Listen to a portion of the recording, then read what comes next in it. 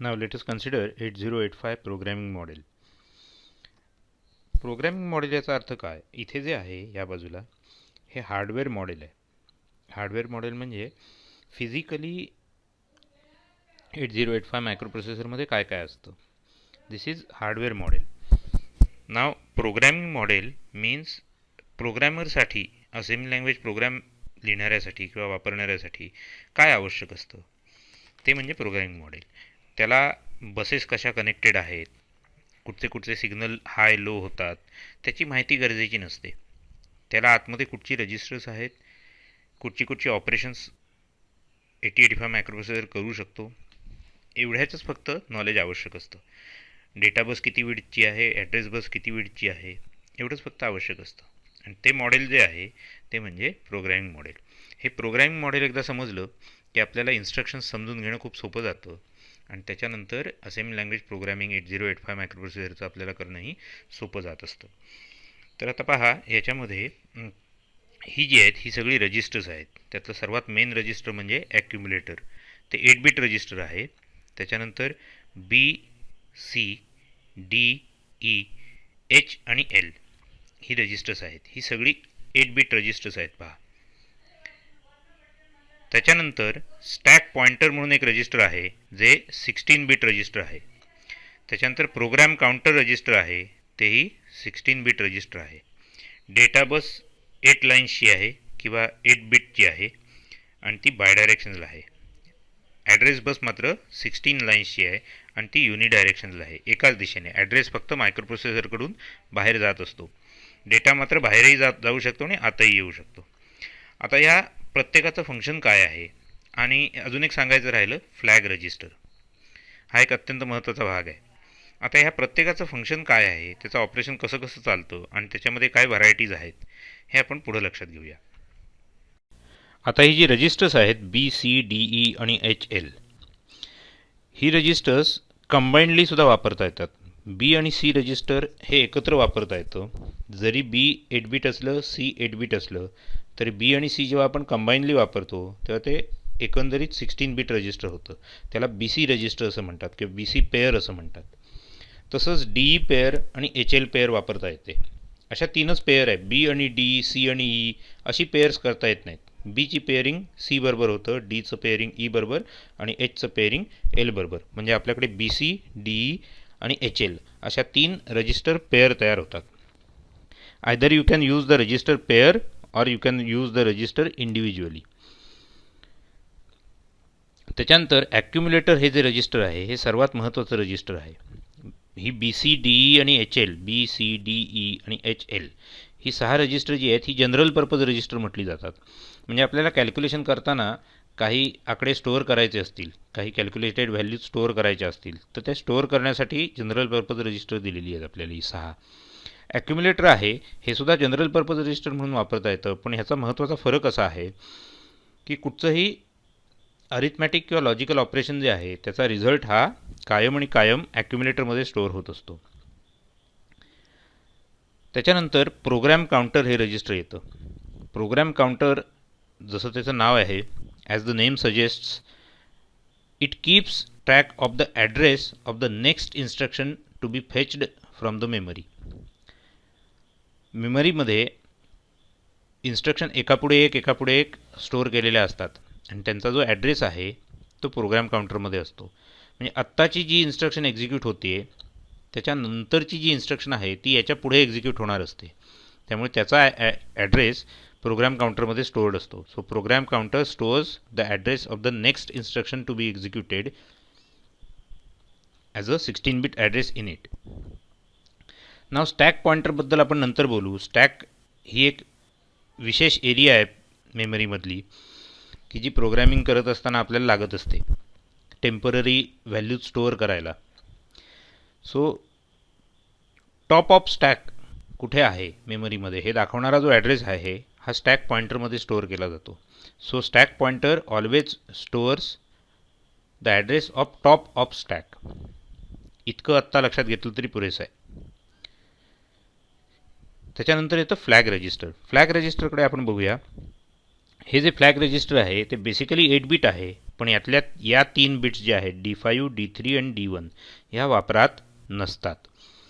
त्यामुळे एकंदरीत फ्लॅगमधल्या या 5च बिट्स महत्त्वाच्या आहेत. S, D7, D6Z, D4 आहे AC, D2 आहे P आणि D0 आहे CY. फ्लॅग म्हणजे काय हे आधी लक्षात घेऊया. जेव्हा आपण एखादं अरिथमॅटिक किंवा लॉजिकल ऑपरेशन करतो तेव्हा रिझल्ट तयार होतो.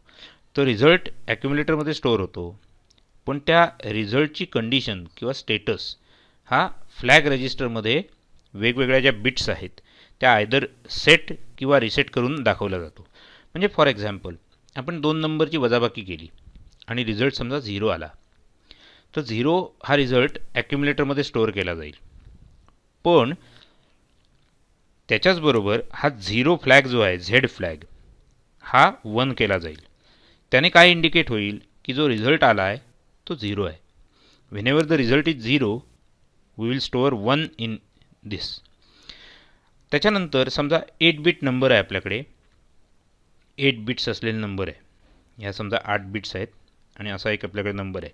त्याची आपण ॲडिशन केली अजून एका 8 बिट नंबर बरोबर आहे. 8 बिट म्हणजे जास्तीत जास्त नंबर किती येऊ शकतो 255.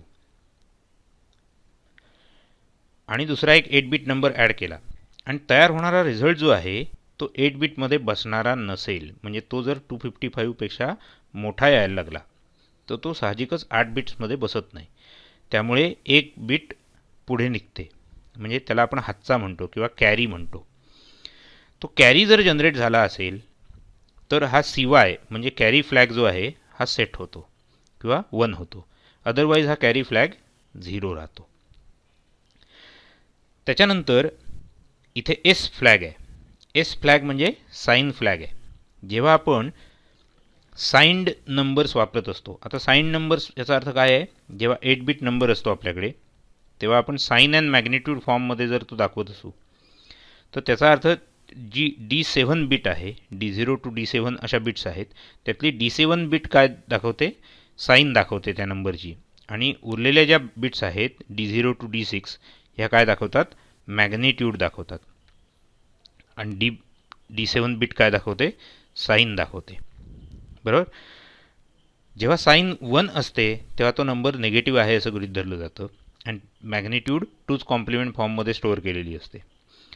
आणि जेव्हा साइन बिट 0 असते तेव्हा तो नंबर पॉझिटिव्ह आहे असं गृहीत धरलं जातं आणि मॅग्निट्यूड डायरेक्टली स्टोअर केलेली असते. So sine flag follows the bit D7 of the result. हे बेसिकली लक्षात ठेवायचं आहे. आता ऑक्झिलरी कॅरी फ्लॅग काय आहे. जेव्हा आपण 8 बिट नंबर्स ॲड करत असतो तेव्हा हे जे 4 बिट्स आहेत याला लोअर निबल असं म्हटलं जातं. NIBBLE, lower nibble. आणि ह्या ज्या वरच्या 4 बिट्स आहेत यांना अप्पर निबल असं म्हटलं जातं. Upper nibble. दोन जेव्हा नंबर आपण ॲड करतो तेव्हा दोन्ही नंबरमध्ये लोअर निबल आणि अप्पर निबल असते. जेव्हा म्हणजे बघा D0 to D1 हे झालं D0, हे झालं D1, हे D2 आणि हे D3, हे झालं D4. जेव्हा D3 कडून D4 कडे कॅरी जनरेट होतो, हातचा जातो, त्यावेळी ऑक्झिलरी कॅरी फ्लॅग 1 केला जातो किंवा सेट होतो. आणि जर कॅरी जात नसेल त्या ठिकाणी लोअर निबलकडून अप्पर निबलकडे तर ऑक्झिलरी कॅरी फ्लॅग हा 0 राहत असतो. त्याच्यानंतर पुढे जाऊन पॅरिटी फ्लॅग. बघा parity flag, if the result has even number of ones the flag is set. For an odd number of ones the flag is reset. ह्याचा अर्थ काय आहे ते लक्षात घेऊया आपल्याला. बघा 8 बिट्स आहेत आपल्याकडे, समजा या 8 बिट्स आहेत आपल्याकडे, रिझल्टच्या 8 बिट्स. आणि 8 बिट्समध्ये बघा काय म्हटलं आहे, if the result has even number of ones म्हणजे काय ते समजून घेऊया. बघा समजा रिझल्ट असा असेल 10110100. आता याच्यात नंबर ऑफ वन्स किती आहेत, तर हा एक आहे, हा एक आहे, हा एक आहे आणि हा एक आहे. 4 वन्स आहेत. बरोबर आहे. आपला पॅरिटी फ्लॅग कधी सेट होतो, if the result has an even number of ones the flag is set. म्हणजे रिझल्टमध्ये जर इव्हन नंबर ऑफ वन्स असतील, त्या पूर्ण 8 बिट्समध्ये असणाऱ्या वन्सची संख्या जर इव्हन असेल म्हणजे सम असेल तर हा पॅरिटी फ्लॅग 1 होतो, अदरवाईज हा पॅरिटी फ्लॅग 0 राहतो. असे हे फ्लॅग्स आहेत, रिझल्टचा स्टेटस कसा आहे हे दाखवणारे फ्लॅग्स. हे सगळं डिस्क्रिप्शन इथे दिलेलं आहे, नंतर वाचून पहा. ही फाईल सेपरेटली शेअर केलेली आहे, त्याच्यामध्ये नंतर हे वाचून बघा. प्रोग्रॅमरला एवढी माहिती पुरेशी असते असेंब्ली लँग्वेजच्या इन्स्ट्रक्शन समजून घ्यायला आणि असेंब्ली लँग्वेजचे प्रोग्रॅम लिहायला, आणि म्हणून याला प्रोग्रॅमिंग मॉडेल असं म्हटलं जातं. So this is programming model of the 8085 microprocessor.